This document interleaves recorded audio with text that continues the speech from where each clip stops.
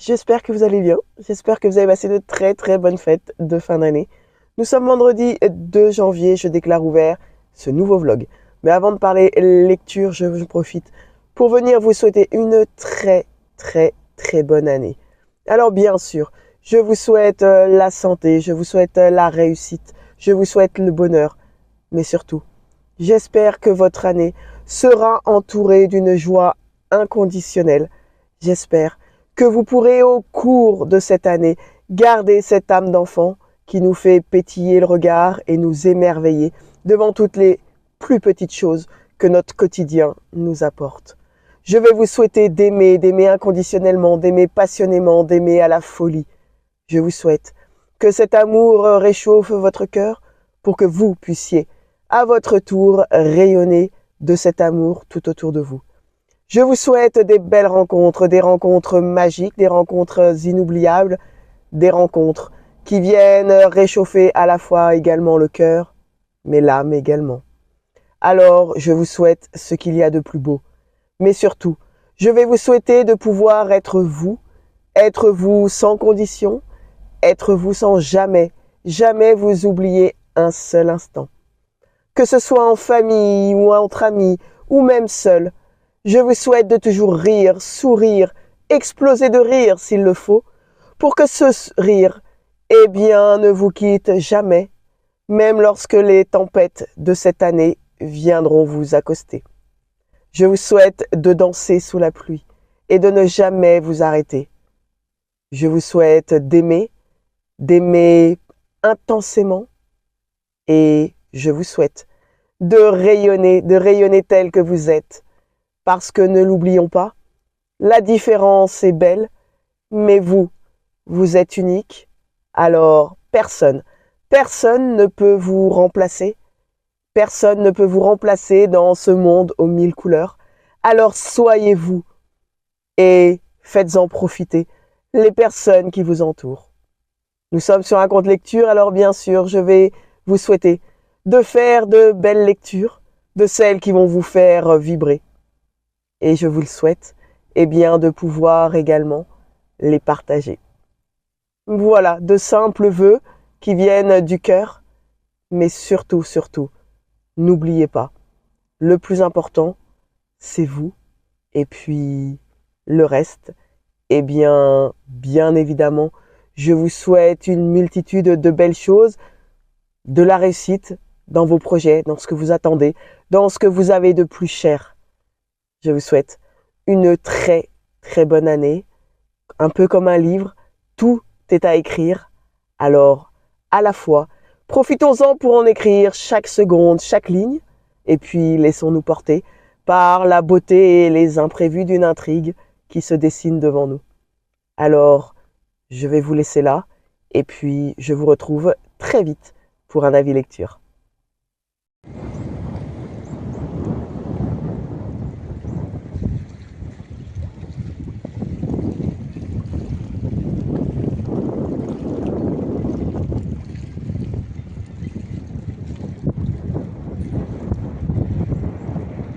Je vous reprends, nous sommes samedi 3 janvier et qui dit samedi dit rendez-vous bibliothèque. Mais avant cela, j'aimerais vous parler de votre prochain coup de cœur bande dessinée. Oui, j'ai bien dit votre coup de cœur parce que cette bande dessinée a été ma dernière lecture 2025, ma toute dernière lecture. Mais alors, elle a été magistrale, un véritable coup de cœur.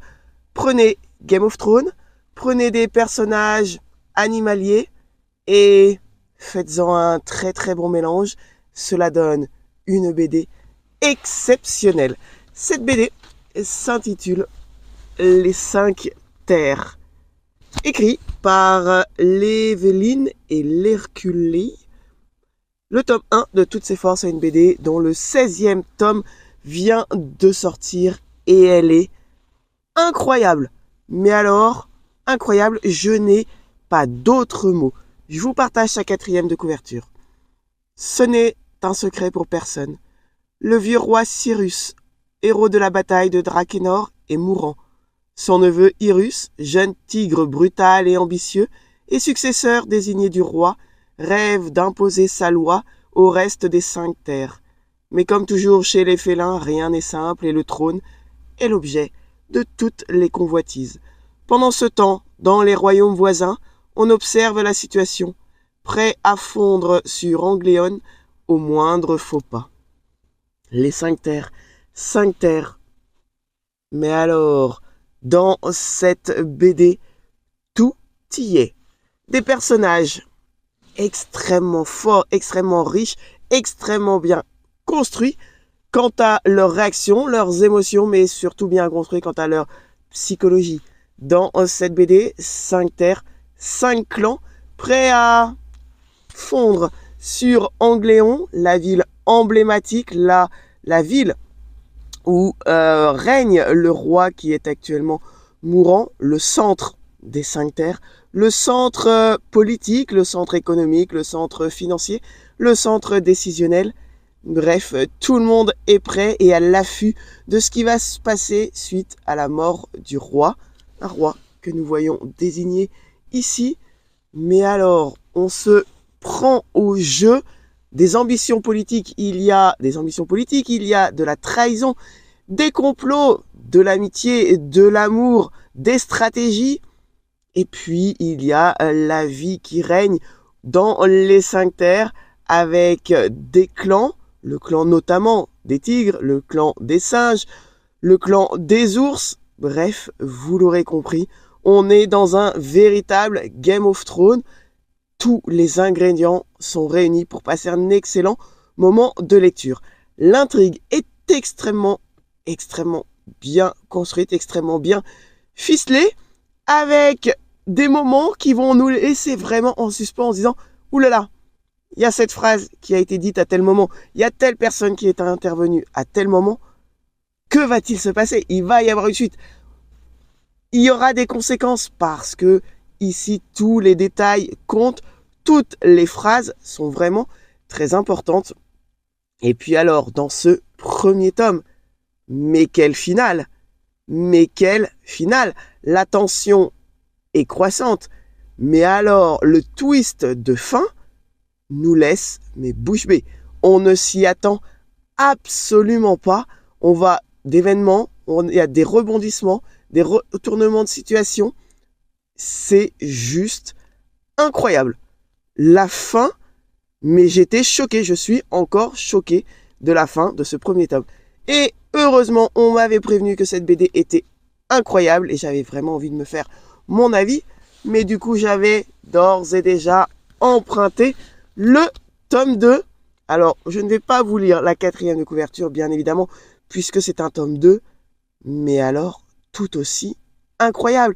J'ai souvent peur lorsque le premier tome est aussi exceptionnel que l'a été celui-ci. J'ai souvent peur que le tome suivant, eh bien, la tension ou l'intérêt commence à diminuer ou que ça traîne en longueur.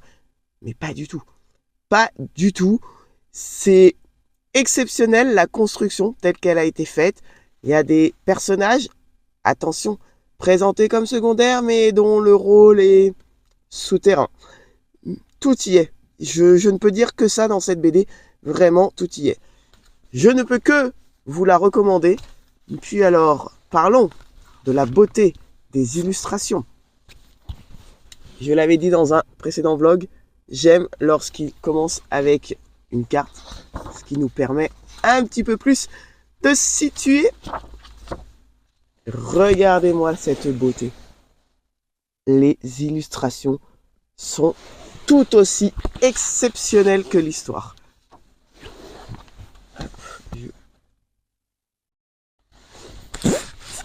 Et puis il y a beaucoup de texte pour une BD. Je vous montre, regardez les bulles. Elles sont vraiment bien remplies. Tout est incroyable. Vraiment, dans cette BD, je sais pas, il y a un souci du détail également. C'est magique. En tout cas, je vous la recommande. Donc, petit tour à la bibliothèque pour bien évidemment aller chercher les tomes suivants. Et je vous reprends tout de suite après.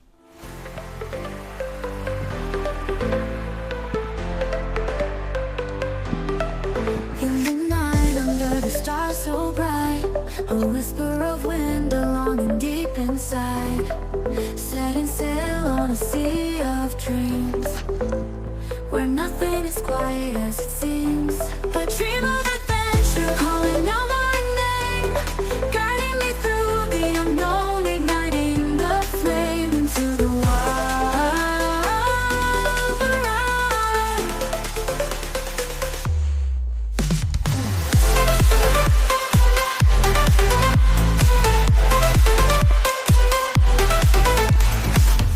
Je vous reprends à la sortie de la bibliothèque. Et alors, est-ce que vous voyez mon immense sourire?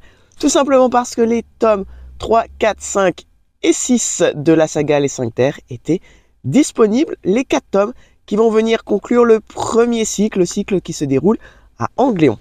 Alors, nous avons le tome 3. Regardez la beauté des personnages. Vraiment, les couvertures sont tellement expressives, simples, elles vont à l'essentiel, elles sont percutantes. Moi, tout ce que j'aime, elles sont incroyables. Et puis alors, voilà le tome 6. Et puis, si chaque tome se termine par des twists, comme c'est le cas pour le tome 1 et le tome 2, je peux vous dire qu'il y a une forte chance pour que j'ai envie de les enchaîner pour continuer à découvrir les petites manigances, les petites trahisons, les secrets et puis tout ce qui se passe en sous-marin. Parce qu'il y a des choses et pas toujours très très belles. Encore une fois, attention aux personnages secondaires. Je n'en dis pas plus. Assurément, si vous vous plongez dans cette saga qui est tellement, mais tellement à la fois rythmée, addictive, haletante, et puis alors avec toute cette ambiance à la Game of Thrones, eh bien je peux vous assurer que non seulement vous allez passer un très très bon moment de lecture, mais elle va devenir votre saga coup de cœur, la petite saga chouchou que vous aurez comme moi très très envie d'avoir dans votre bibliothèque parce que ça, j'y songe, ce n'est pas exclu. En tout cas, j'ai ces 4 tomes à dévorer, en plus de tous les autres livres qui composent ma palle, mais je peux vous assurer que je le vis très très bien. Autre livre que j'ai emprunté, il y a le tome 7 et le tome 8, donc de la vie de Bouddha, mais encore une fois, ce n'est pas moi qui lis ces mangas-là, donc je ne peux pas vous en parler, mais il continue en tout cas de plaire de par les illustrations et de par l'histoire en elle-même. Je vous laisse et puis je vous reprends un petit peu plus tard. Je vous reprends très rapidement. J'ai juste eu le temps de faire le trajet entre la bibliothèque et le travail pour vous dire je ne vous ai pas présenté ce que j'ai reçu à Noël. J'ai reçu des livres, j'ai reçu des escape games, j'ai reçu un magnifique jeu qui tourne autour de Sherlock Holmes. Mais surtout, il y a 2 jeux dont je veux absolument vous parler parce qu'ils peuvent réussir l'exploit de réunir autour d'un livre ou d'une bande dessinée tous les membres de la famille autour d'une soirée jeu qui peut s'annoncer incroyable, qu'ils soient lecteurs ou non lecteurs, et je trouve l'idée juste exceptionnelle. Le temps pour moi de découvrir un peu plus les règles du jeu en détail, peut-être même de le tester très rapidement, et puis je viendrai vous en reparler. Donc c'est juste momentanément, mais en tout cas, l'idée de base, le postulat de départ de ces 2 jeux est très, très prometteur. Allez, c'est parti cette fois. Je vous laisse, je vais au travail. Je vous reprends, il est 19h20, je sors du travail. Je suis désolé pour la luminosité, mais petit avis lecture à chaud. Alors aujourd'hui, j'avais oublié de prendre ma liseuse, j'avais oublié de prendre un bouquin. Heureusement que ce matin, je suis passé à la bibliothèque parce que je suis pas rentré chez moi depuis ce matin. Mais dans la voiture, j'avais les tomes de ma saga Les 5 Terres. Et du coup, pendant ma pause déjeuner et puis ma pause de l'après-midi, j'ai pu dévorer, il n'y a pas d'autre mot, le tome 3 de la saga. Et alors, il est tout aussi magistral que les 2 premiers. Une quête personnelle, complot politique, des trahisons, des personnages hauts en couleur que l'on retrouve et que d'autres disparaissent. Il y a toute cette intrigue qui est extrêmement bien menée et alors c'est tellement haletant, addictif et rythmé que j'ai déjà envie de me lancer dans le tome 4. Le rythme qui est donné dans ce tome 3 eh bien, est tout aussi élevé que dans le tome 1 et que dans le tome 2. Et puis alors, ce que j'aime beaucoup, c'est qu'en début de BD, il y a un résumé qui est quand même assez conséquent des tomes précédents. Et puis en fin de BD, il y a en dernière page une présentation un petit peu plus poussée d'un personnage emblématique fort du tome concerné. Donc vraiment tout est fait pour que ce soit immersif et pour qu'on on s'imprègne de l'histoire, de l'intrigue. Bien évidemment, je ne vous lis pas la 4e de couverture pour qu'il n'y ait pas de spoil, mais alors, cette BD, je suis certaine qu'elle peut plaire vraiment à tous, que l'on ait aimé Game of Thrones ou pas, parce qu'elle sait très bien attiser notre curiosité, qui nous donne envie d'en savoir un petit peu plus et de savoir toujours ce qui se trame. En tout cas, ce tome 3 est une très très belle réussite. Voilà ce que je voulais partager avec vous. Maintenant, je vais rentrer chez moi, me poser tranquillement et me retenir de me lancer sur le tome 4. Je vous dirai bien évidemment quelle est ma prochaine lecture. Et puis en attendant, bien, je vous reprends un petit peu plus tard. Alors, je vous reprends juste quelques secondes vraiment avant de rentrer parce que je viens de passer à la boîte à dons et j'avais certaines petites choses à y déposer. Et je suis trop contente parce que j'ai trouvé un roman d'une autrice que j'ai envie de découvrir depuis très très longtemps. Je vois très souvent son nom passer et là, on est sur le premier tome d'une de ses sagas. Il s'agit de Mireille Calmel, Le Templier de l'Ombre, tome 1. On est sur la version en brochet qui est plutôt en très bon état. Donc nous sommes en 1306 à Razès et c'est mentionné qu'il s'agit d'un thriller médiéval envoûtant, un roman de fièvre et de passion. Trop hâte de le découvrir. Allez, cette fois, je vous laisse.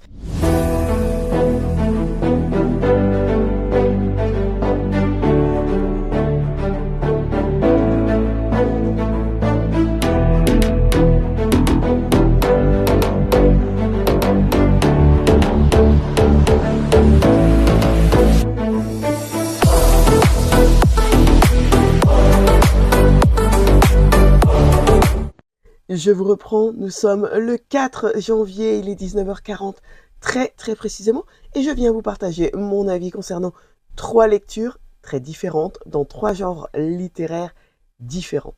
Je vais le faire comme toujours dans l'ordre de mes lectures. Alors la première lecture que je vais vous partager, j'ai la chance de pouvoir la découvrir dans le cadre du prix du roman lecteur Pocket 2026 pour lequel je suis membre du jury. Une plume des auteurs que j'avais très hâte de découvrir, un roman pour lequel je n'avais vu que des avis très positifs, alors je n'avais qu'une hâte, c'était de me plonger dedans et puis d'en découvrir tous ses secrets. Ce roman s'intitule À l'ombre de Winnicott de Manchette et Niemiec, publié aux éditions Pocket, un roman qui fait presque 520 pages, un très joli pavé, pour lequel je vous partage tout de suite sa 4e de couverture.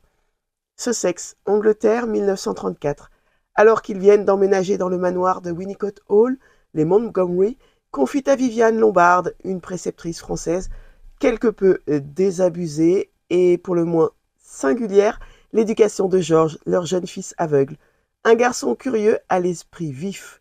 Tandis que professeurs et élèves apprennent à s'apprivoiser, un doute s'instille peu à peu chez eux, comme chez tous les habitants de la vaste demeure. Maître des lieux et personnel confondus, la réputation du manoir que l'on prétend hanter ne serait-elle pas fondée? Et il est mentionné que c'est un roman émouvant, haletant à lire absolument, des accents de Downton Abbey avec un zeste des Sœurs Brontë et d'Agatha Christie. Je ne vais pas faire planer le suspense sur mon avis concernant ce livre. C'est un coup de cœur. Ce roman est juste incroyable. Il n'y a vraiment pas d'autres mots pour qualifier ce joli petit pavé. Je dois bien avouer qu'avant de me lancer dans cette lecture, et même si elle me tentait énormément, eh bien j'ai vu beaucoup d'avis le concernant, des avis tous très positifs, et je dois bien admettre, j'en avais deviné un petit peu le thème qui se cachait à l'intérieur de ce récit. Cela n'a nullement gêné ma lecture, mais je me demandais, avant de le commencer, comment tenir plus de 500 pages avec ce thème sous-jacent. J'avais peur qu'il y ait des longueurs, j'avais peur qu'il y ait des lenteurs, j'avais peur de lever les yeux au ciel.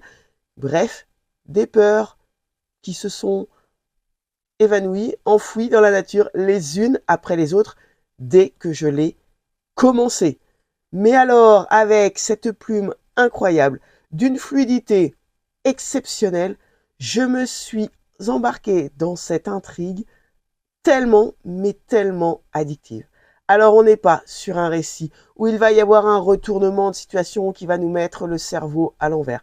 On n'est pas sur des twists de folie, mais on est sur une intrigue et sur une plume qui sont extrêmement fluides. Il y a du mystère, il y a du suspense et tout est parsemé tout au long de l'intrigue avec beaucoup d'élégance, beaucoup de délicatesse. Le mystère, l'intrigue, le soupçon, les superstitions, les croyances des uns et des autres, eh bien, tout cela va rythmer ce récit. Ce récit qui est avant tout l'histoire d'une rencontre extrêmement touchante, extrêmement bouleversante. Je pense qu'on s'en souviendra très longtemps, une fois que l'on referme ce roman de Viviane Lombard et de ce jeune garçon aveugle, Georges. Cette rencontre est absolument magnifique. Une rencontre que, j'ai envie de dire un petit peu, tout oppose ce jeune garçon qui est aveugle, extrêmement vif d'esprit, et puis cette jeune femme qui va devenir sa préceptrice, qui fait preuve de beaucoup d'originalité, qui détonne avec un petit peu le niveau social de cette famille qui s'habille avec des fripes, qui peut parler fort, qui n'a pas la langue dans sa poche, mais qui est extrêmement cultivée. Et de cette rencontre, eh bien, nous, lecteurs, on en ressort aussi grandi. On voit cette rencontre évoluer au fur et à mesure des pages, gagner en intensité, gagner en confiance, gagner en beauté de leurs échanges, de la profondeur de leurs échanges également. Et déjà, rien que ce point-là nous embarque dans ce récit, nous embarque dans ce roman qu'on n'a pas envie de quitter. On n'a pas envie de quitter ce duo qui est exceptionnel. Et puis il y a cette intrigue qui, bon, pour pas vous spoiler, je ne vous dis pas le thème sous-jacent, mais il y a beaucoup de mystères dans ce récit. Il y a beaucoup de mystères dans à Winnicott Hall. Il y a des imprévus, il y a, oui, quelques rebondissements, il y a quelques petits frissons, mais il y a aussi des personnages que l'on aime retrouver à chacune des pages. Chacun a un rôle très précis et je vous avoue que si on enlève un seul des personnages, eh bien pour moi cela dénaturerait complètement l'entièreté de l'intrigue parce que tous sont importants. Bien que soit mis en avant, eh bien ce duo entre Viviane et Georges, tous les personnages sont vraiment tellement importants dans ce récit.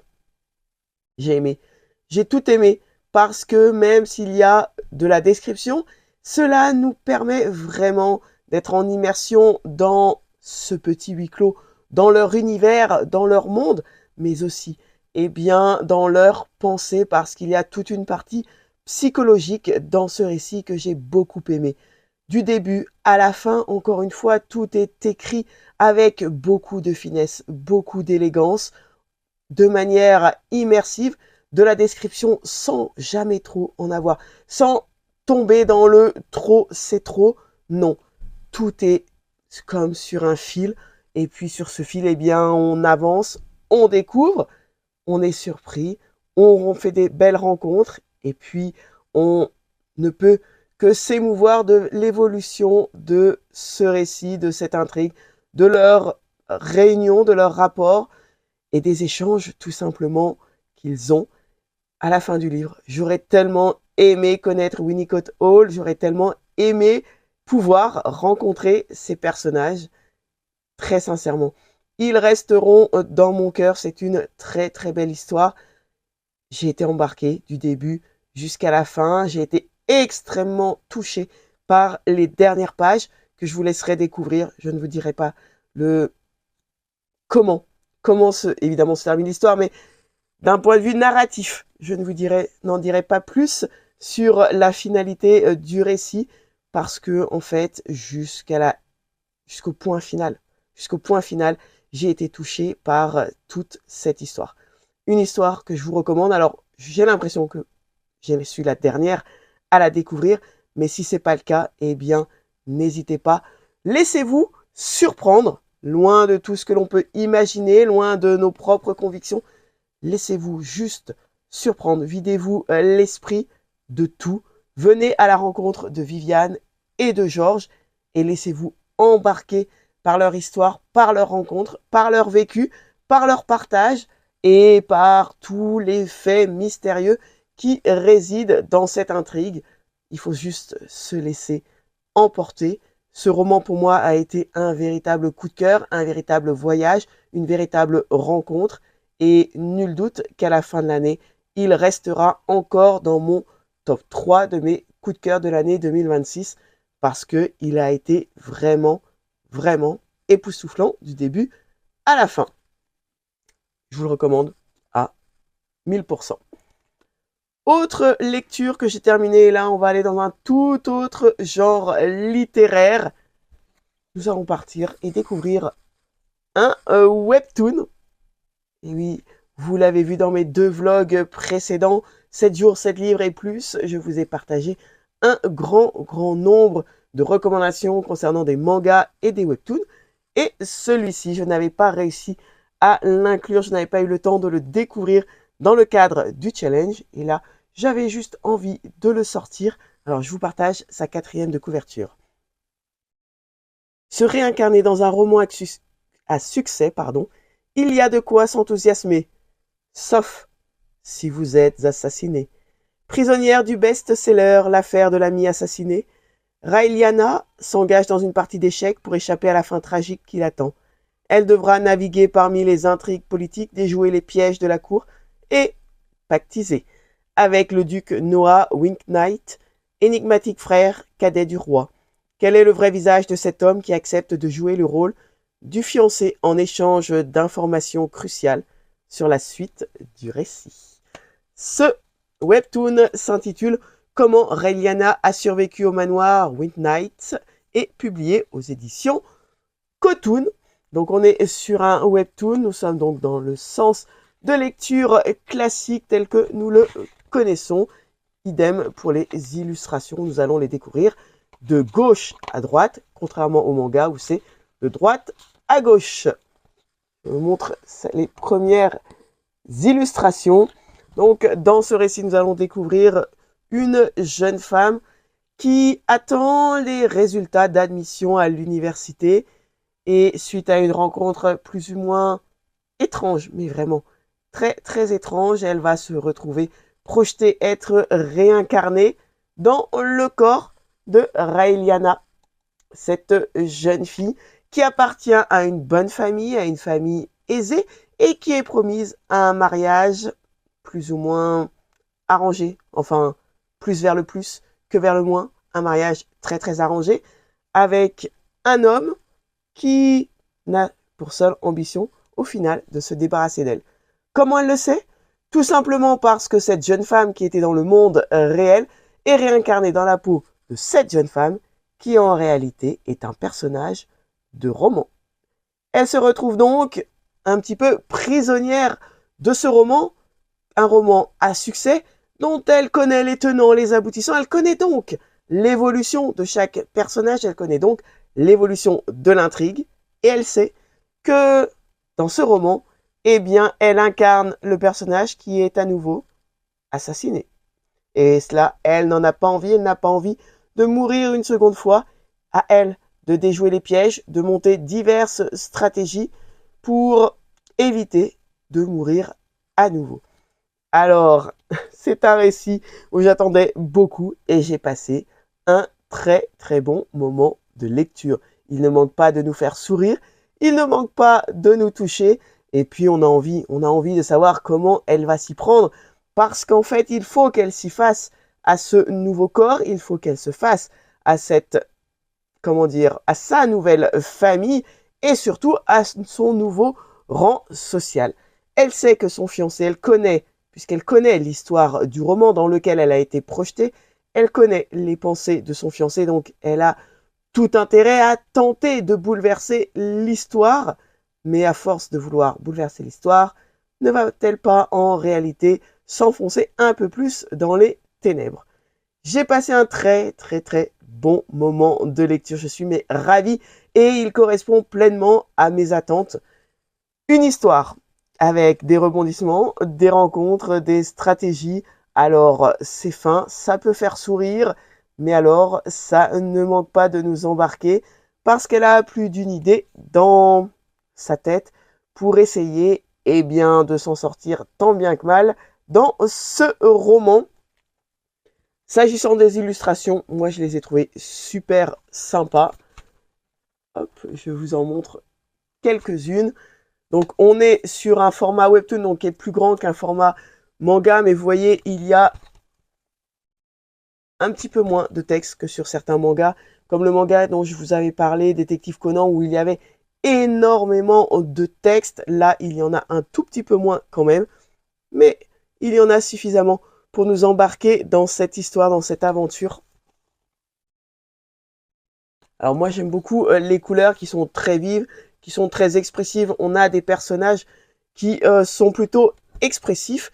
Et puis alors, bon, ce que j'aime dans les webtoons, c'est aussi la qualité de présentation avec, on a un rabat et puis on a ici du papier épais qui est glacé. Je ne sais pas si vous le verrez bien, mais c'est toujours vraiment sympa de découvrir.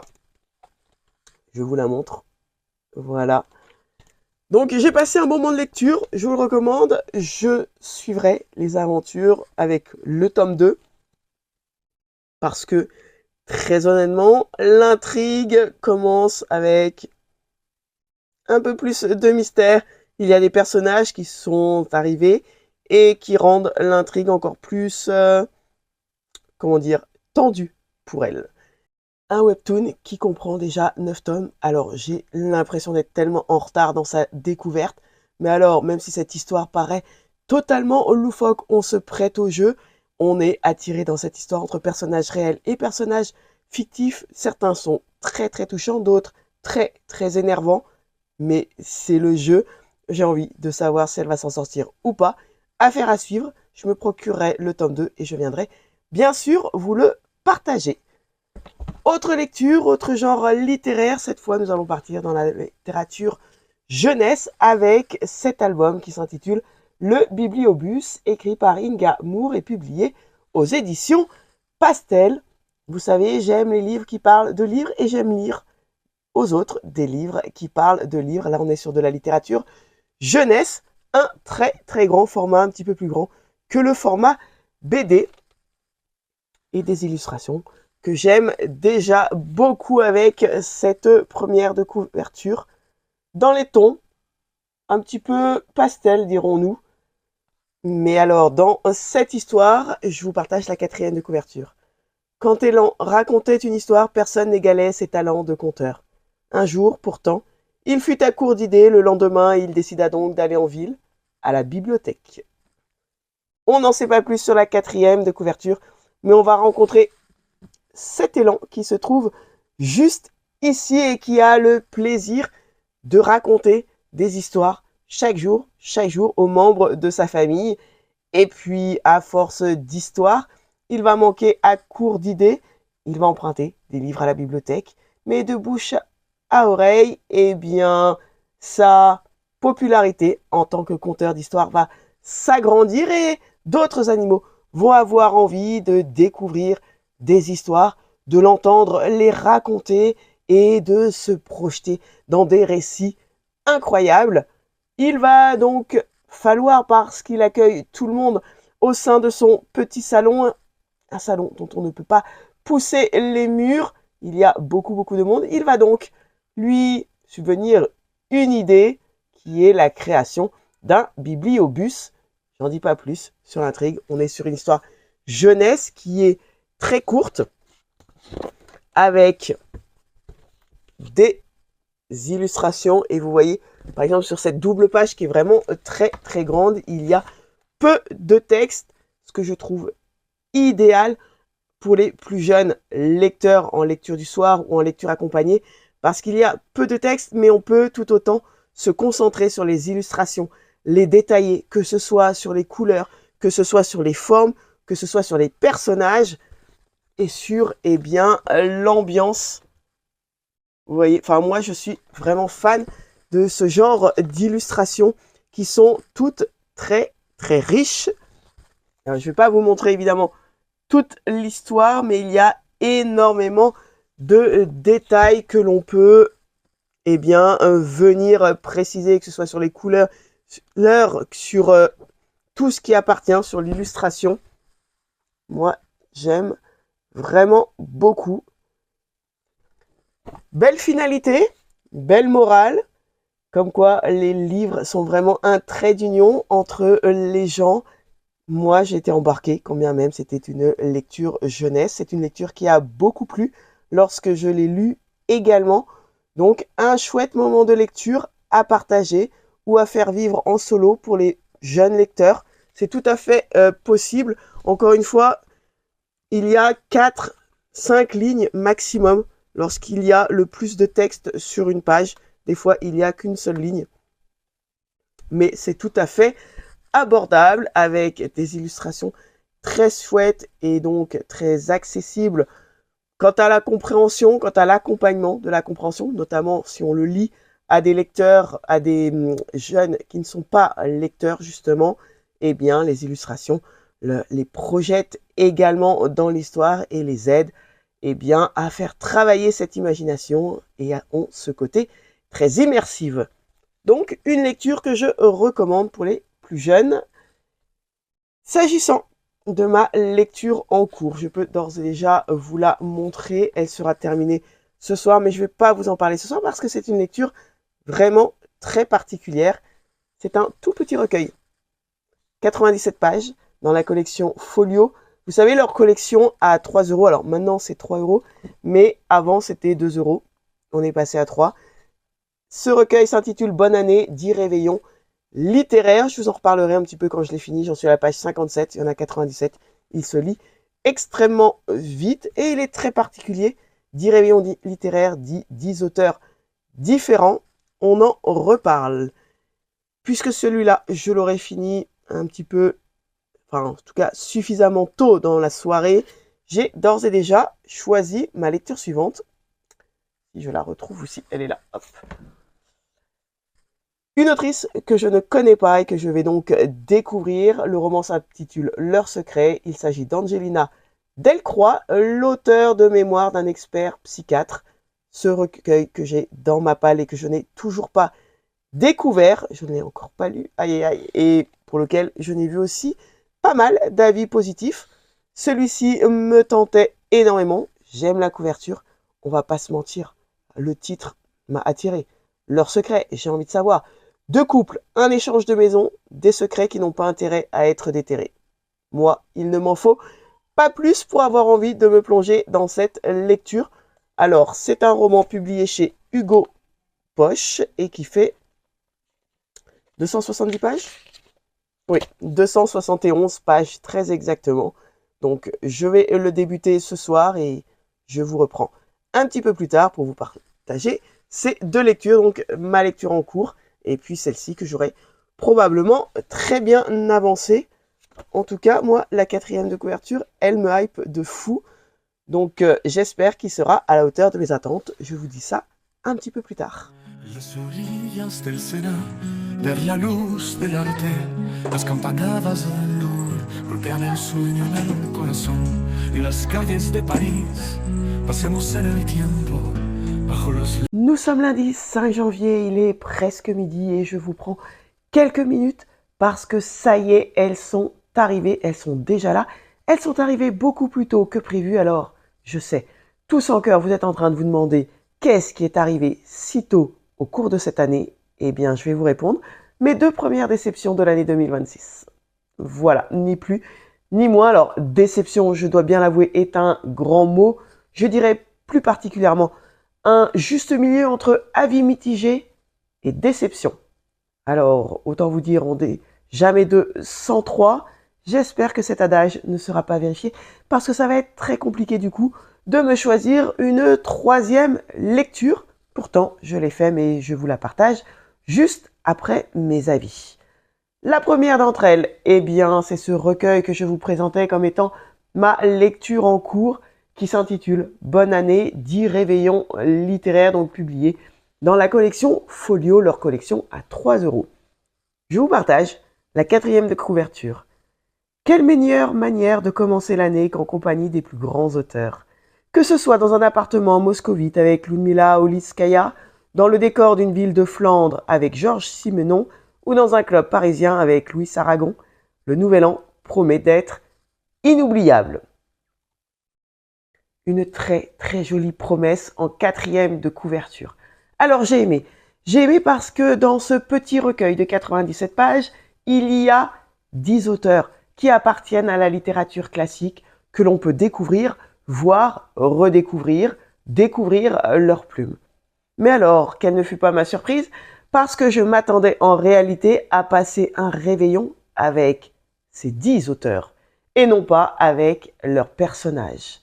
Parce que dans ce récit, en réalité, nous allons découvrir 10 auteurs, 10 romans, et dans chacun de ces romans, eh bien, il y a quelques pages qui vont concerner un réveillon, que ce soit de Noël ou de la nouvelle année, et ce passage, cet extrait de leur œuvre est retranscrit dans ce recueil.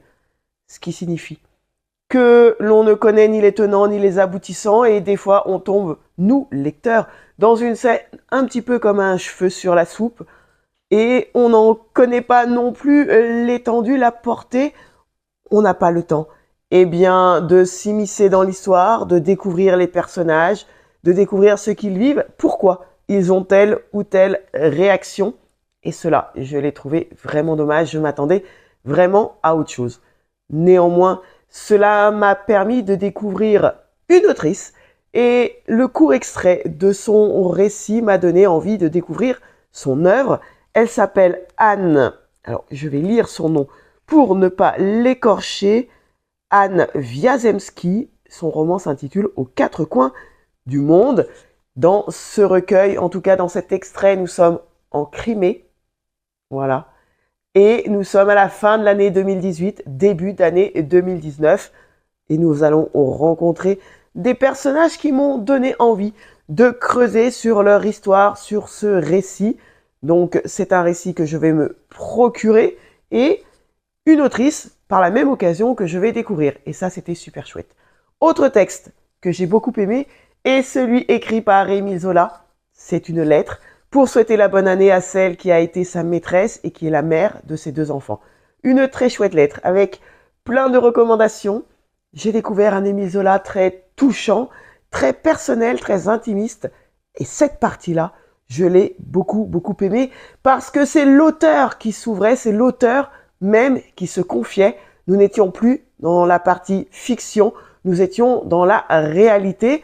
Et c'est exactement ça que je voulais retrouver dans l'intégralité de ce récit et c'est ce que je n'ai pas eu. Je vous partage les auteurs qui composent ce récit.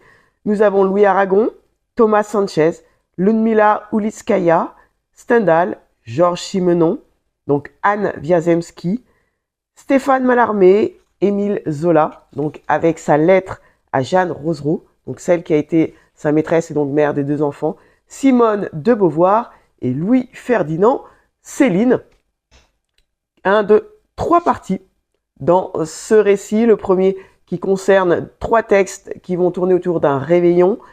Les 3 suivants vont être entre le réveillon du 31 décembre et ensuite nous avons 4 textes qui vont concerner eh bien, les auteurs qui vont adresser leurs vœux à une tierce personne. Pour Émile Zola, c'est sa maîtresse. Et nous avons d'autres lettres des auteurs. C'est cette dernière partie que j'ai préférée parce que c'est vraiment ce que j'en attendais, du personnel, de l'intime, du vrai, de l'authentique, du sincère. Et je n'avais pas envie de me plonger dans de la fiction comme c'est présenté sur les textes précédents. Alors, c'est une lecture que j'ai malgré tout aimé faire. J'ai pu découvrir cette autrice, j'ai redécouvert Émile Zola, mais je n'ai pas été embarqué. Il m'a manqué beaucoup trop de choses pour être embarqué dans les récits et auprès des personnages. Je le regrette, mais néanmoins, si cela vous intéresse, si vous avez envie de découvrir des auteurs ou d'avoir un aperçu de leurs plumes. Évidemment, je trouve que pour 3 €, ça fait totalement le job et c'est à recommander pour ceux qui ont envie aussi de découvrir un petit peu de littérature classique. À cela, j'ajoute que mon avis est très légèrement biaisé parce que déjà, de base, je dois bien avouer, je ne suis pas une adepte des nouvelles. Je n'ai pas le temps de me mettre dans le récit, je n'ai pas le temps de m'accrocher au personnage, d'avoir de l'empathie ou même d'avoir des fois la moindre émotion. Donc pour moi, les nouvelles, ce ne sont pas quelque chose vers lequel je vais tendre généralement dans mes lectures. Ça m'arrive d'en apprécier certaines, mais ce n'est pas ce que je lis majoritairement. Par contre, effectivement, si vous avez envie de littérature classique et si vous accrochez sur le principe des nouvelles, je pense que vous pouvez passer quand même un bon moment de lecture et vous plonger dans ces récits. Moi, ça n'a pas été le cas. Je suis resté à côté d'un grand nombre d'entre eux, même comme encore une fois, si j'ai découvert une autrice. Bien évidemment, de cette autrice, lorsque je me serai procuré son roman, je viendrai vous en parler. Et maintenant, et là, ça fait mal. Là, ça fait très, très, très mal.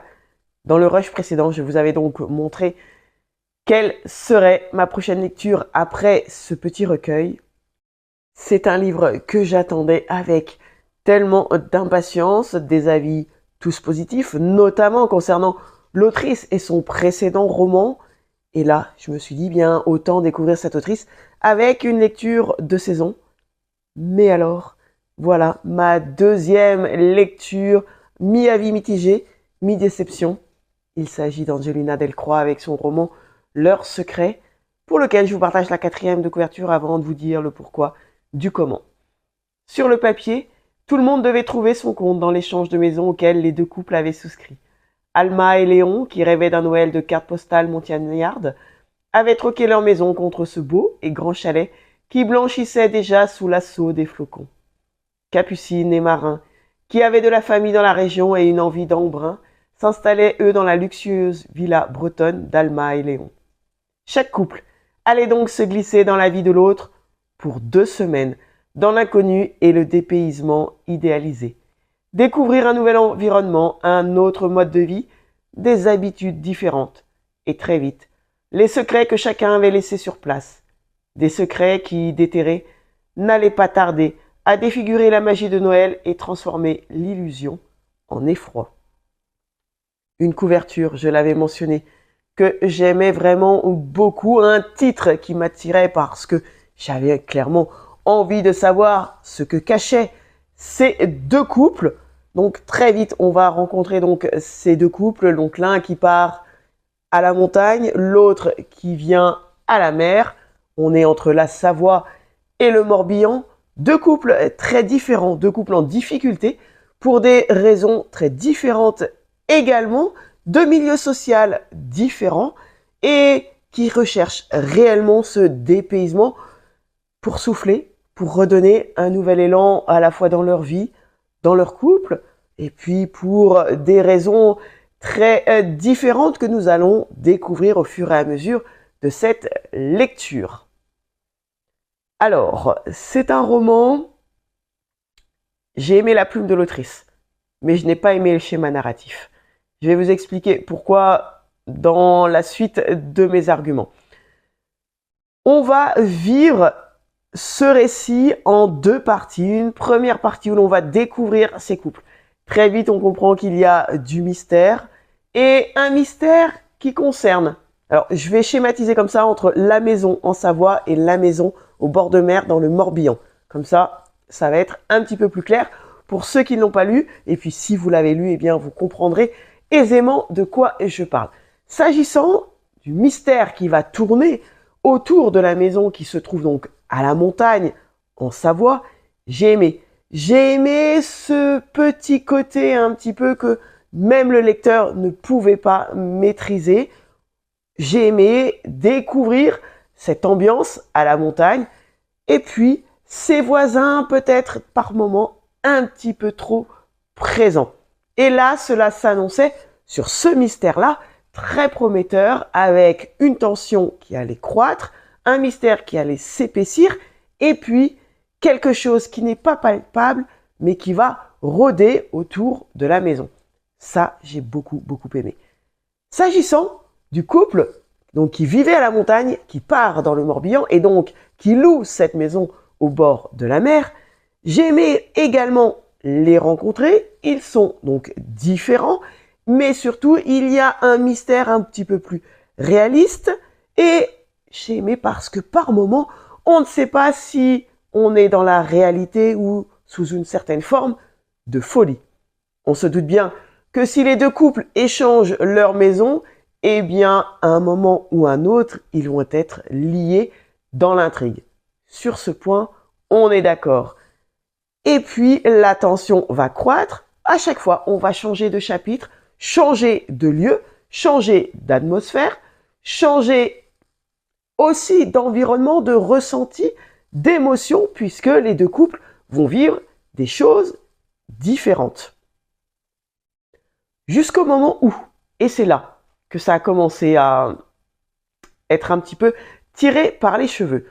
Autant le mystère concernant la maison qui se trouve en Savoie, donc à la neige, va suivre son cours, j'ai envie de dire, autant le mystère qui tourne autour de la maison et donc du couple qui se trouve à la mer, il y a un événement qui arrive comme un cheveu sur la soupe. On a un événement qui nous est présenté et qui tombe comme ça, d'un coup. J'ai commencé à lever les yeux au ciel parce que ça commençait à être un petit peu tiré par les cheveux, surtout de la manière sans contexte que cela nous est proposé. Et puis nous allons tomber dans une deuxième partie de récit où les choses vont s'accélérer. Ce récit fait très exactement 271 pages. Je vais être très franche, 100 pages de plus aurait été nettement mieux. Pourquoi ? Parce que l'autrice aurait pu nous contextualiser certains événements, aurait pu accentuer certains faits et nous les détailler un petit peu plus plutôt que de nous les proposer comme une succession d'événements, une succession d'enchaînements. Il nous manque très précisément pour certains personnages leur psychologie, des petits détails, des petites phrases supplémentaires auraient suffi pour nous, lecteurs, eh bien, soit avoir de l'empathie, soit du dégoût pour certains personnages. Et pour moi, il m'a manqué un travail autour de la psychologie des personnages. Dans cette seconde partie, les deux intrigues vont se lier et nous allons commencer à comprendre un petit peu les tenants et les aboutissants, mais encore une fois, de manière beaucoup trop rapide. Et puis, une succession d'incohérences, une succession de faits qui n'ont, pour ainsi dire, ni queue ni tête. Non, un manque de crédibilité dans l'enchaînement des actions, dans certains propos. Ce n'était pas possible. Plus d'une fois, j'ai levé les yeux au ciel parce que l'autrice est allée beaucoup trop vite, y compris dans l'enchaînement des événements. Et je m'attendais à un twist, je m'attendais à un événement extrêmement fort, me faisant presque oublier ce qui se passait précédemment. Il y a eu un événement, une révélation, mais ça n'a été en réalité qu'un pétard mouillé. Parce que la suite, eh bien, nous sommes repartis à 1000 à l'heure dans le récit. Et ensuite, ce qui m'a fait, mais là, disons-le clairement, soupirer, c'est que certains événements nous sont présentés dans une, on va dire, première moitié de récit. Donc on va les vivre sous un certain angle de vue. On va en avoir plus ou moins du détail. Alors on va pas se mentir, plus vers le moins que vers le plus. Mais on va connaître certaines choses. Nos protagonistes vont vivre certaines choses ou découvrir certaines choses. Et dans la deuxième partie du récit, sous le même angle de vue, avec les mêmes protagonistes, nous allons revivre les mêmes scènes que nous avons déjà lues des pages auparavant, avec un petit peu plus de détails. Et pour tout vous dire, par moments, j'ai eu vraiment l'impression, d'autant plus que le roman eh bien, n'est pas si long, de relire la même chose, voire même que l'impression avait été faite en double. Alors oui, on a un petit peu plus de détails. Oui, c'est relié du coup à d'autres événements. Mais on a eu l'impression que du coup, ça manque de fluidité, qu'il y a eu un bis repetita, que on se replonge dans une lecture qu'on vient juste de faire. Et alors, lire les événements en double était pour moi clairement un manque de fluidité dans le schéma narratif. Et là, j'ai trouvé ça, mais alors, c'était un petit peu la goutte de trop dans ce récit. Ce n'est pas l'hécatombe du siècle, ce n'est pas, je ne l'ai pas DNF, j'avais envie d'aller au bout de l'intrigue, mais parlons de l'intrigue. Sans en dévoiler et sans spoiler, il y a un personnage, un policier, qui propose une mise sur écoute. Je vous rassure, ça ne vous spoil absolument pas. Vous ne savez pas non plus à quel moment ça arrive. Voilà. Propose une mise sur écoute. Point. Voilà. On n'en sait pas plus. Et pourtant, au moment où cela arrive, c'est une décision vitale, c'est une décision capitale, presque de vie ou de mort. Mais on n'en sait pas plus. Ça s'arrête là. Extrêmement déçu de l'enquête, et pour autant, les postulats de départ des deux intrigues étaient très intéressantes.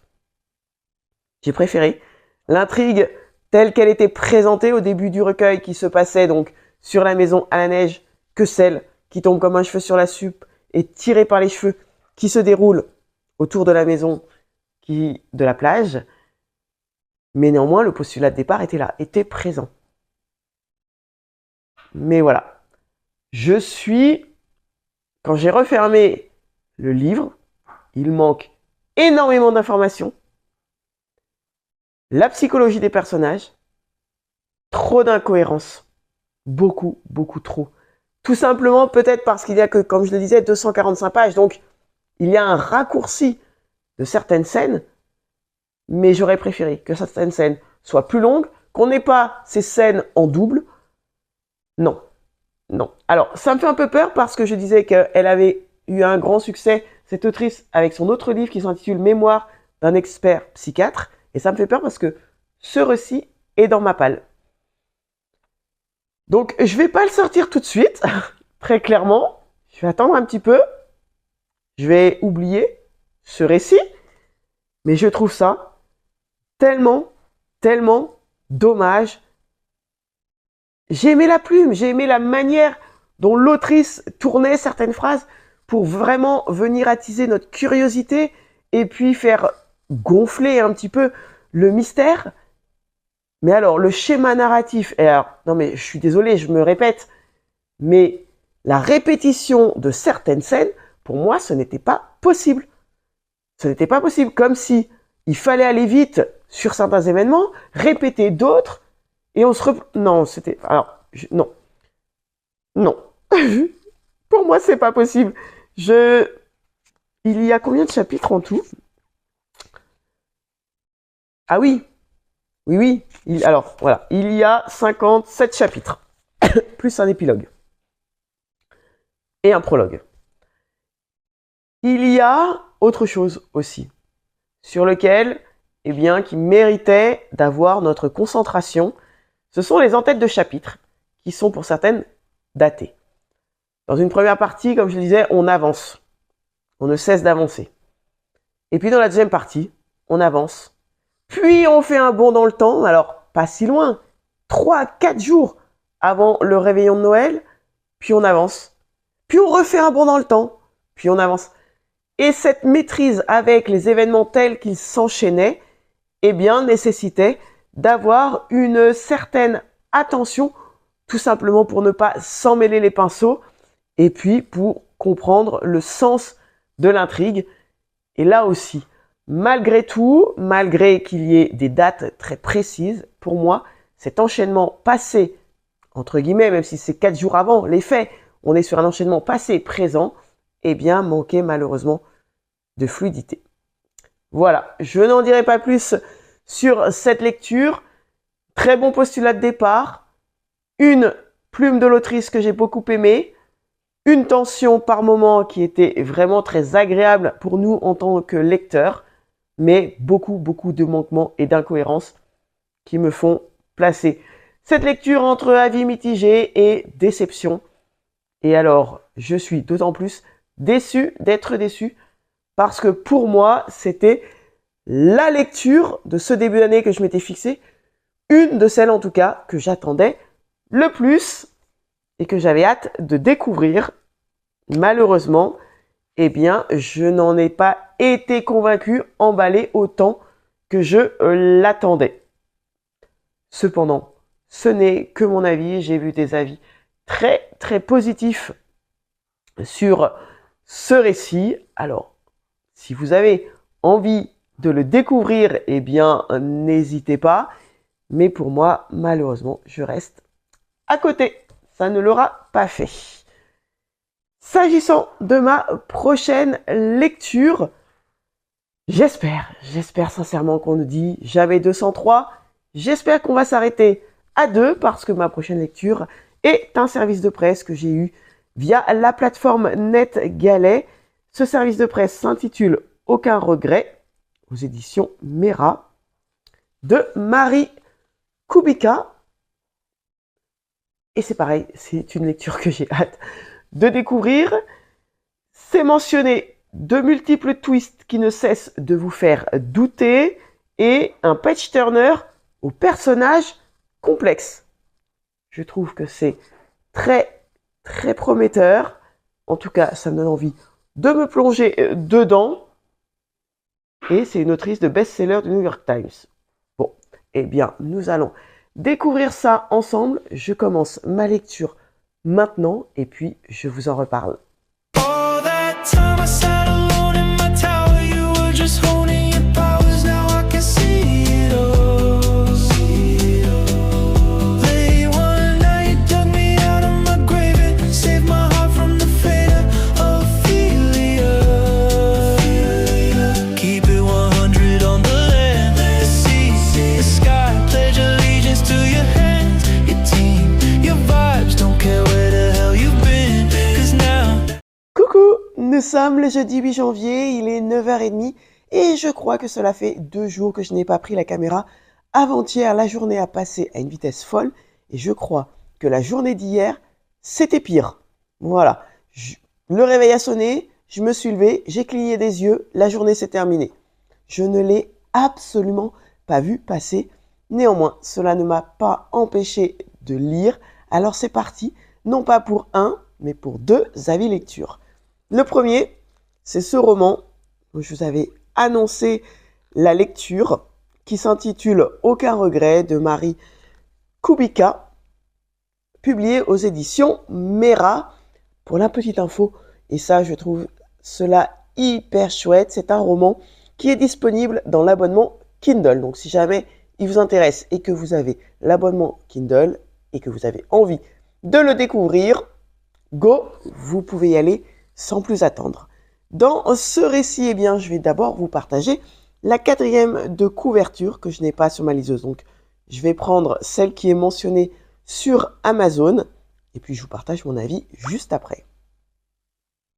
La vie de Megan Michaels, infirmière aux urgences, se trouve bouleversée le jour où elle doit soigner une jeune femme qu'on dit victime d'un terrible accident. Alors qu'elle tente de jongler entre sa vie de mère célibataire et celle d'infirmière en soins intensifs, Megan Michaels voit sa vie basculer lorsque Kathleen, victime d'un traumatisme crânien, arrive aux urgences. Elle aurait sauté d'un pont sur les voies ferrées en contrebas. Mais ce qui semble être un acte désespéré pourrait cacher bien plus qu'il n'y paraît. L'arrivée d'un témoin bouleverse tout. L'accident n'était peut-être pas un suicide, était-ce un crime? L'a-t-on poussé dans le vide? Megan s'efforce de ne jamais s'attacher à ses patients, pourtant, elle baisse sa garde face à l'histoire de Kathleen et se retrouve immergée dans les mystères qui l'entourent. Tout le monde a des secrets, mais tout le monde n'a pas de regrets. Dans ce récit, on est embarqué, alors on est dans un récit à la première personne, donc déjà très immersif, et tout de suite, on commence avec un prologue très fort, celui d'un kidnapping. Bien évidemment, pas de spoil ici, donc je ne vous dis pas qui, quand, où, comment. Évidemment, je ne vous dis pas non plus le pourquoi, mais cela donne le ton au roman. Et ensuite, on va découvrir ce personnage qui va nous tenir en haleine tout au long du récit. Megan, cette infirmière en soins intensifs, qui va baisser sa garde, comme c'était au 4e de couverture, et s'attacher profondément à cette jeune femme qui est quasiment à l'agonie, qui arrive aux urgences et dont elle va devoir s'occuper. Elle est dans un état extrêmement grave, elle ne peut plus respirer seule, elle a plusieurs membres qui sont brisés, des hématomes, une jeune femme qui va profondément la toucher, mais pas que, ses parents également. Et au fur et à mesure qu'elle va se lier autant avec cette jeune femme qu'elle va se lier avec ses parents, eh bien, elle n'est pas au bout de ses surprises. Alors, dans ce récit qui est composé de plusieurs chapitres, des chapitres plus ou moins longs, mais en tout cas tous très rythmés, sur la couverture, il était mentionné un page-turner au personnage complexe, de multiples twists qui ne cessent de vous faire douter. Alors, je n'ai pas ressenti ce côté twist tonitruant, mais plutôt, j'ai envie de dire, on va découvrir ce récit un petit peu sous l'aspect tranche de vie. Mais alors, l'autrice a très bien su manier cette intrigue parce qu'en réalité, elle va nous proposer avec ce point de départ qu'est ce kidnapping, puis ce personnage très important qu'est cette infirmière en soins intensifs, elle va en réalité nous proposer 3 intrigues différentes. Il va y avoir, on va découvrir Megan qui va donc rencontrer ce personnage qui est en soins intensifs, Caitlin. Et puis, nous allons découvrir Megan dans sa vie personnelle, mère célibataire, avec sa fille et puis tout ce qui entoure la vie entre une maman solo et son adolescente.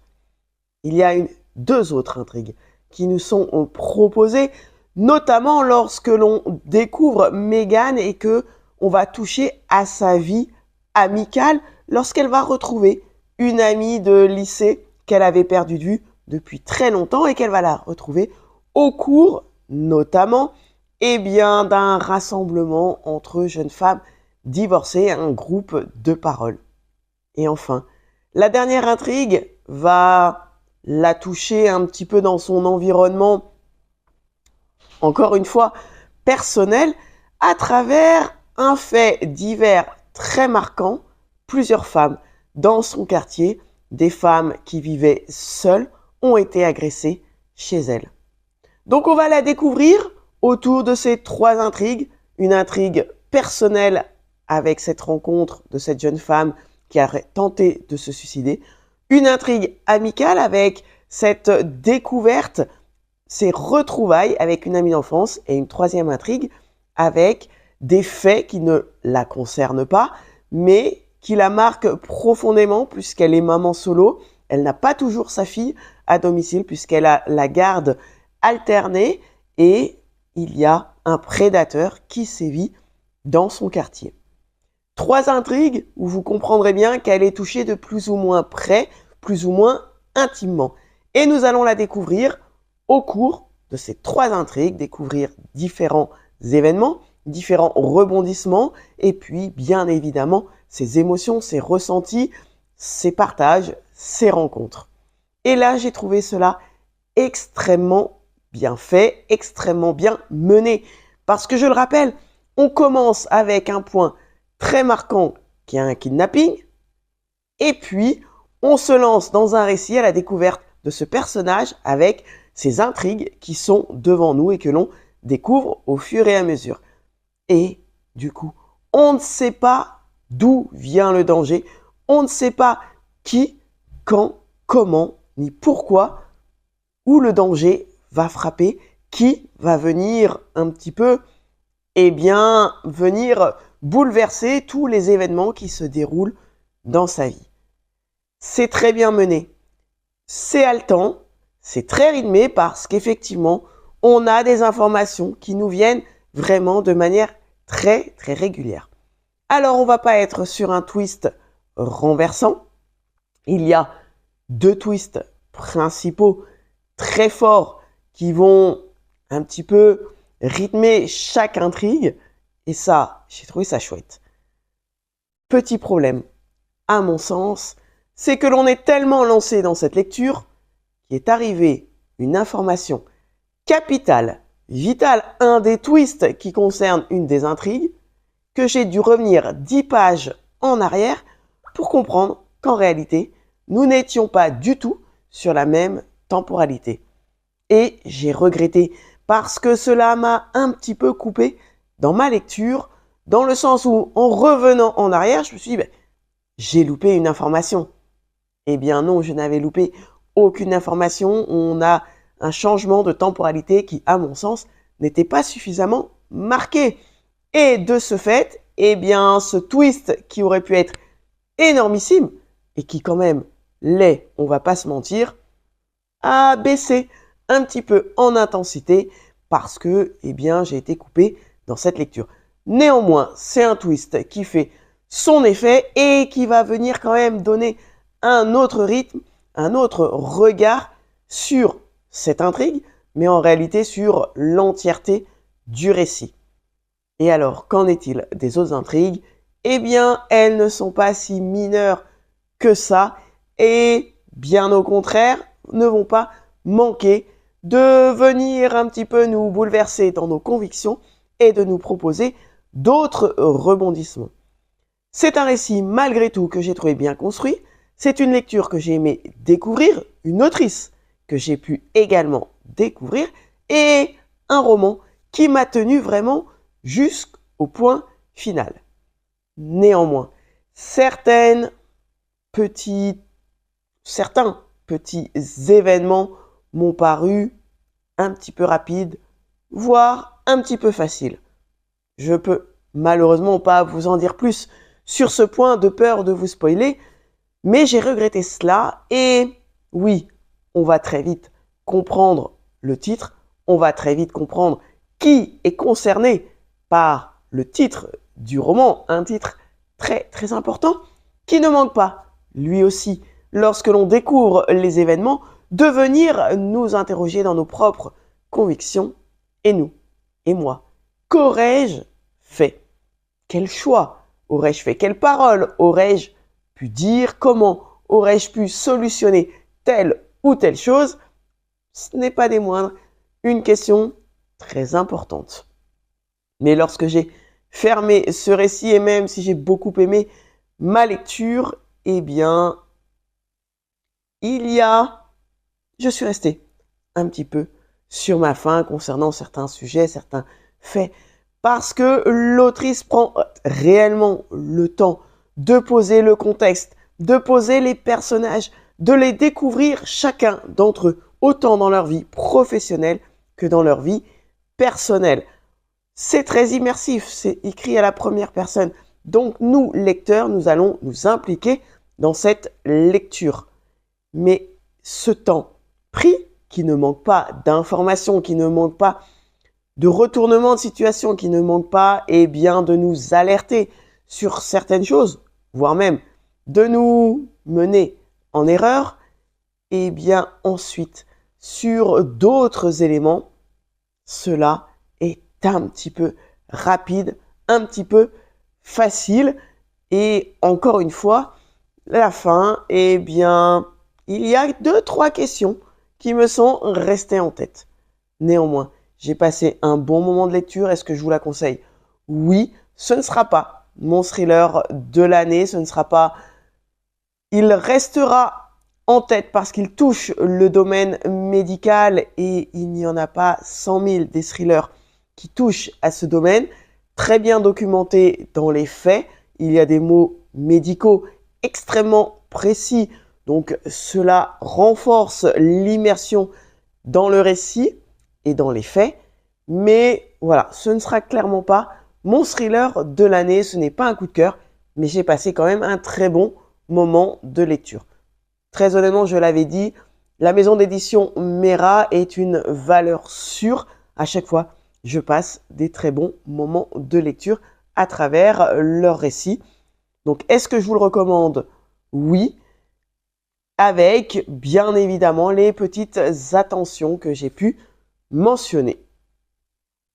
Et voilà, je l'ai lu quand même très rapidement. Il se lit très rapidement sur ma liseuse avec le texte, la taille et de la police d'écriture que j'avais choisie. Il faisait 300 pages environ.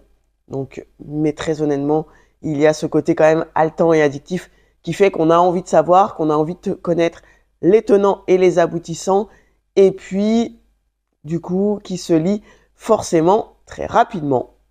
Donc, pour rappel, disponible dans l'abonnement Kindle. Autre lecture terminée que je vais venir vous partager, deux styles, deux ambiances et un autre genre littéraire. Nous allons partir sur un manga, et là aussi, quasiment une valeur sûre avec cette maison d'édition qui est le Renard Doré, puisque j'ai découvert le premier tome.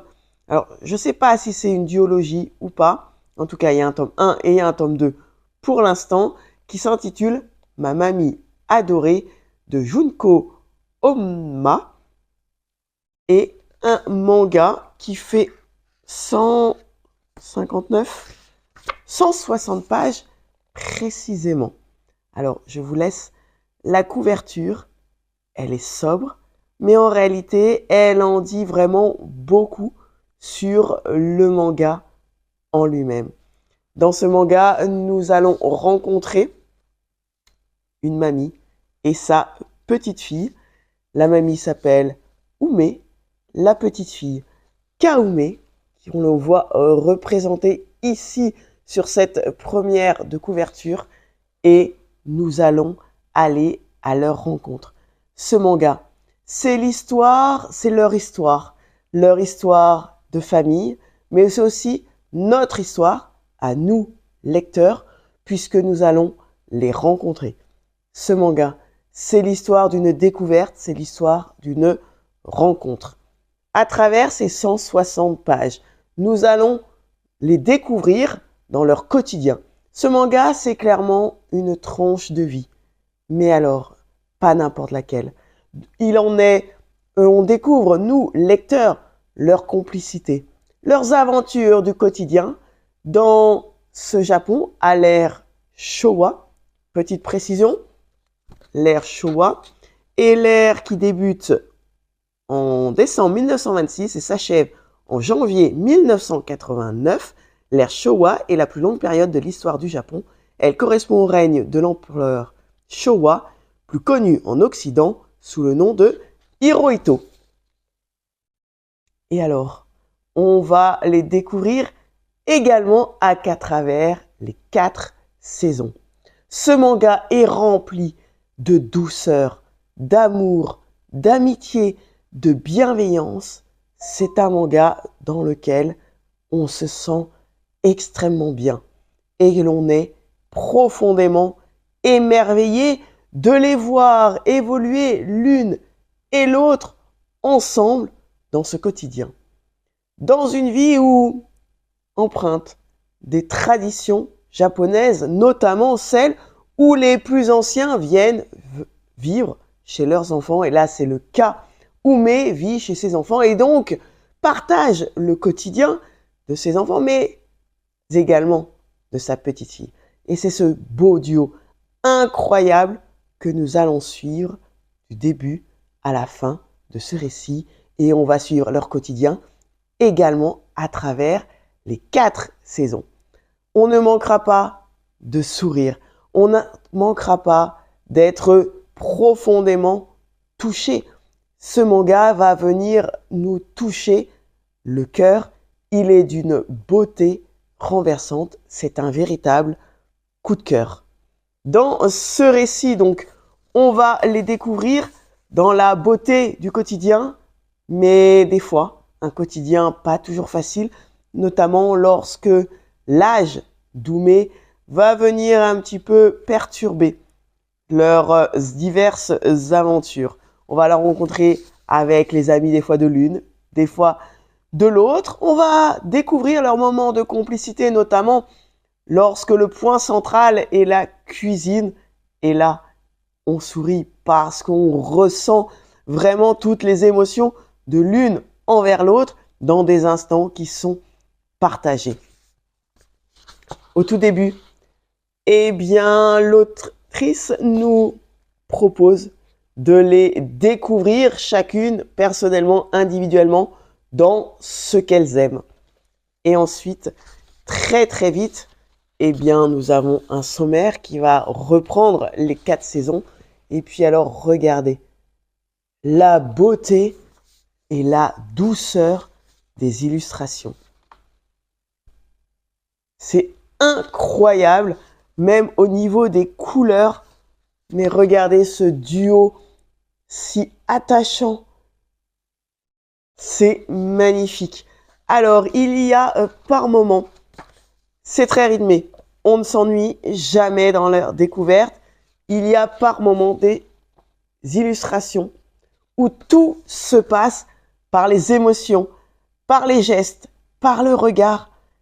Et on devine et l'on ressent profondément les choses, quand bien même il n'y a pas de texte.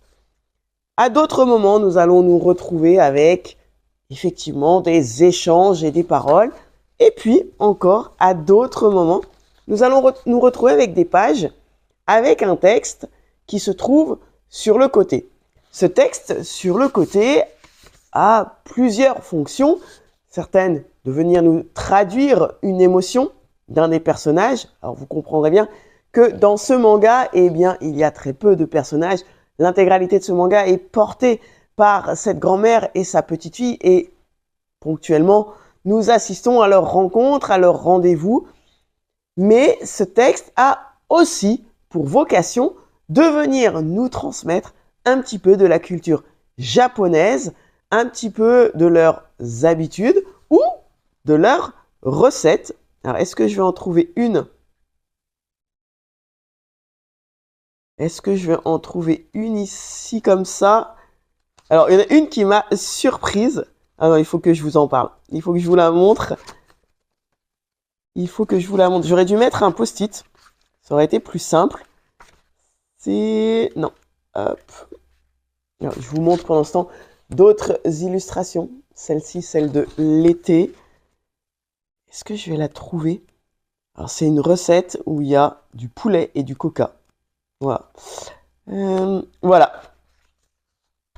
Par moment, puisque l'on partage leur quotidien, leurs moments de complicité, on partage aussi les moments eh bien, culinaires, nous avons des pages recettes de cuisine.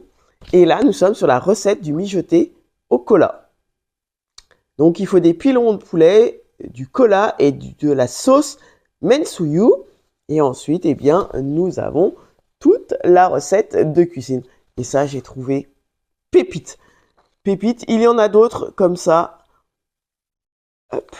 Ici, nous allons la suivre au salon de coiffure. Alors voilà, c'est touchant, il y a de l'émotion, il y a énormément d'authenticité et de sincérité dans ce manga. Et ce que j'ai aimé, c'est qu'il y a certains termes qui sont vraiment propices à certaines situations. Et l'autrice, eh bien, ne manque pas de venir dans un lexique nous les expliquer, eh bien, à la fin avec le numéro des pages. C'est comme ça que là, je viens de pouvoir vous expliquer à quoi correspondait l'ère Showa, puisque c'est ainsi qu'est daté au tout début de ce manga.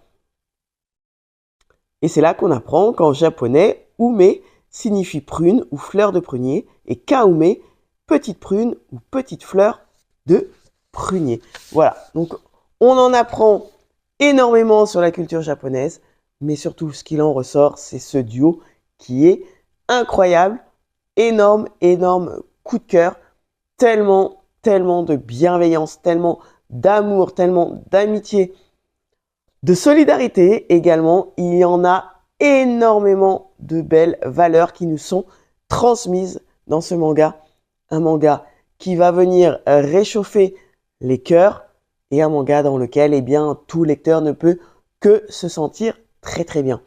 Alors, je ne sais pas si vous en rappelez, mais lors de mes vœux, je nous avais souhaité de retrouver notre âme d'enfant, celle qui va attiser notre curiosité, qui va nous faire pétiller le regard face aux plus petites choses du quotidien, celle qui va venir nous émerveiller de tout ce qui nous entoure. Eh bien, ce manga est un excellent rappel à cela. Un rappel de prendre juste quelques secondes pour un sourire vers une personne que nous allons croiser, pour juste s'arrêter et écouter l'oiseau qui chante, pour s'émerveiller face à la nature qui se réveille ou qui s'endort, pour lever les yeux et découvrir la fleur qui pousse sur l'arbre. Bref, ce manga est un véritable petit bonbon de douceur avec beaucoup d'amour. Une complicité à toute épreuve, une complicité incroyable et qu'on ait la chance ou pas d'avoir eu une grand-mère telle que Ume, eh bien ce manga nous embarque et va raviver des émotions. Peut-être nous aurons aussi laissé de côté des émotions envers quelqu'un, envers une personne marquante de notre histoire, de notre existence, de notre vie. Peu importe qu'il s'agisse d'une grand-mère ou pas, mais cela ne manquera pas de nous rappeler quelqu'un que l'on a peut-être encore à nos côtés, mais ce manga est juste une bulle de bonheur.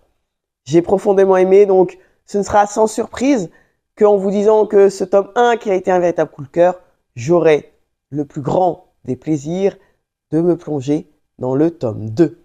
Et sur la 4e de couverture, il est mentionné qu'inspiré des souvenirs d'enfance de son autrice, cette précieuse tranche de vie transgénérationnelle, tout en couleurs, est pleine de sagesse et de bons sentiments.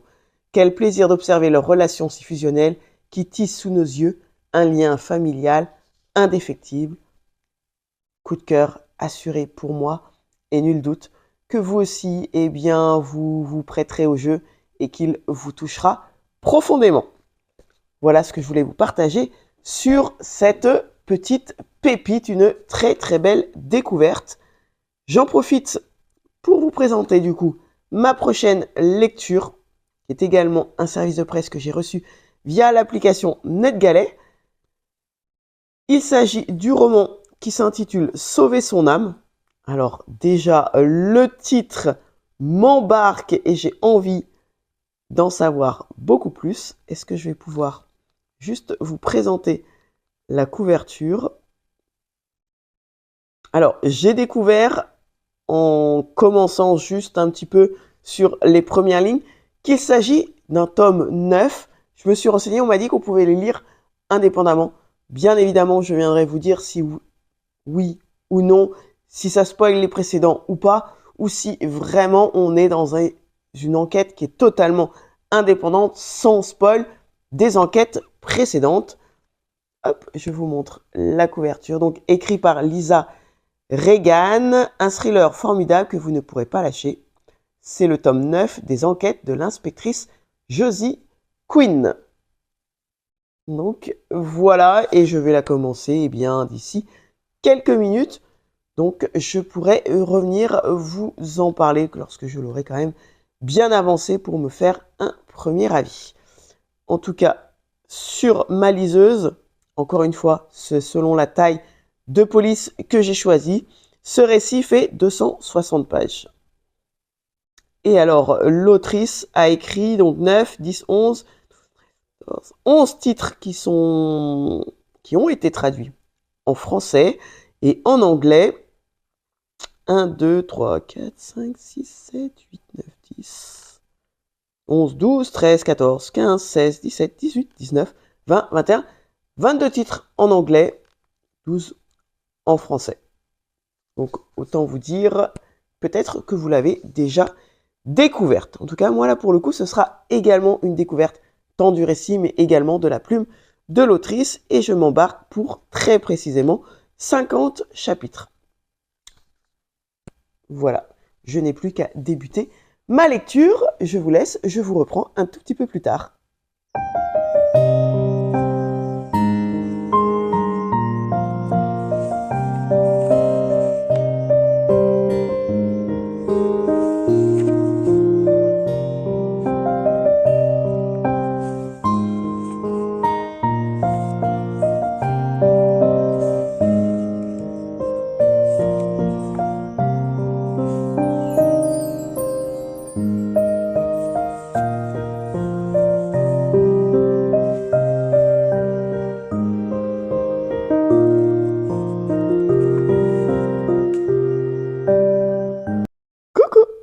sommes vendredi 9 janvier et je suis en train de faire le montage du vlog pour vous poster soit cet après-midi, soit ce soir, et je m'aperçois qu'il est un petit peu long.